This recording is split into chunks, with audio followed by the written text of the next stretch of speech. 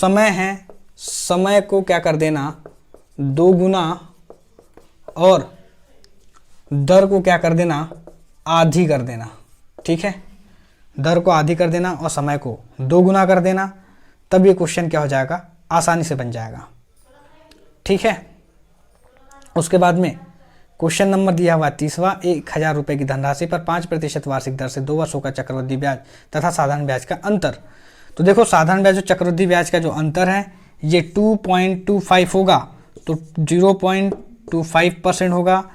किसका निकालना है, तो 1000 रुपये की धनराशि का 0.25%, परसेंट हटाएंगे तो नीचे 100, यही आपका क्या हो जाएगा डिफरेंस यानी अंतर।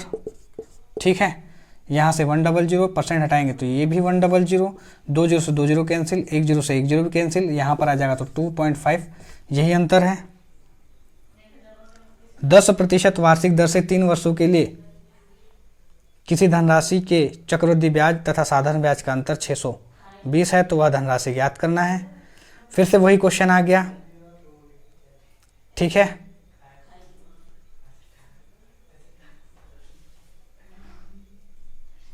एक धनराशि का 3 वर्षों के अंत में 15% वार्षिक ब्याज की दर से चक्रवृद्धि ब्याज जितना आता है तो राशि ज्ञात करना है। सेम टू सेम मैंने जैसे जैसी चीज़ों को बताया है वैसे वैसे करना, क्योंकि इन सभी क्वेश्चनों को करने से पहले आप लोगों को साधारण ब्याज चक्रवृद्धि ब्याज को बहुत अच्छे से पढ़ना होगा।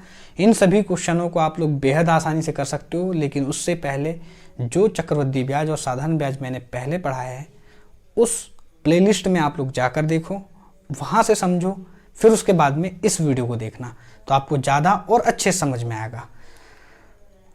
बाकी और कुछ क्वेश्चन बचे हुए हैं जो कि रीजनिंग के हैं, मैं उन्हें भी थोड़ा समझा देता हूँ, एक आइडिया बता देता हूँ कि रीजनिंग के क्वेश्चनों को कैसे करना है। देखो मैं सिर्फ समझा देता हूँ, दायां बायां याद रखना, अपना खुद का लेना। जो हाथ से हम लोग लिखते हैं, जो हमारा सीधा हाथ होता है जिससे हम खाना खाते हैं, उसे हम दायां कहते हैं, और जो हमारा उल्टा हाथ होता है उसे हम बायां कहते हैं। ये मेरा सीधा है और ये मेरा उल्टा हाथ है।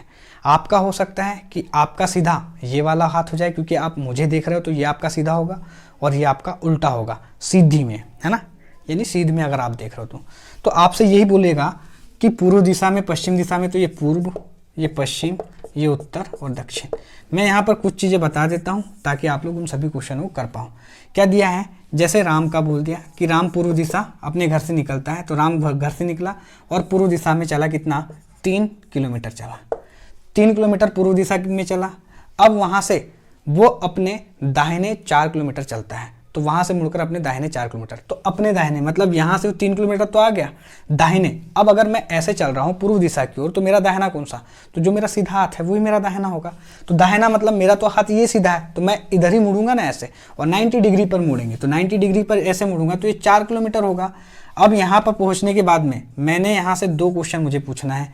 एक तो पहला क्वेश्चन ये हो जाता है कि वो किस दिशा में जा रहा है, तो आपको पता होना चाहिए कि यहीं पर अगर हम दिशा सूचक बनाए तो इधर ये पूर्व, इधर पश्चिम, इधर उत्तर और यहाँ दक्षिण, तो किस दिशा की ओर जा रहा है, दक्षिण दिशा की ओर। वो ये भी पूछ सकता है कि उसका मुँह, राम का मुँह किस दिशा में, तो दक्षिण दिशा की ओर है। अब दूसरा क्वेश्चन अगर बनना चाहे तो राम अपने घर से किस दिशा में है, तो राम अपने घर से तो पूर्व दक्षिण दिशा में, पूर्व दक्षिण दिशा में राम अपने घर से है।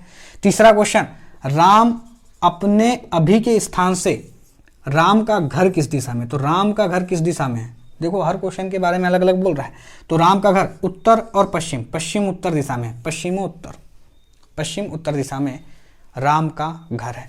कितनी दूरी पर है, तो ये क्या बन रहा है, एक ट्रिपलेट बन रहा है। ट्रिपलेट बन रहा है, इसका मतलब यहाँ पर पाइथागोरस प्रमेय लगेगा, क्योंकि यहाँ पर 90 अंश का कोण बनेगा। ये 3 और ये 4 हो गया, तो ये कितना आ जाएगा 5 किलोमीटर।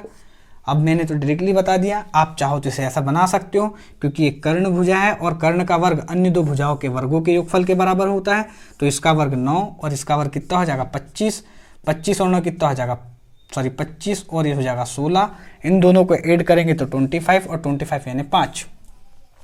इजंट इट, आप ऐसा यहाँ से भी ला सकते हो।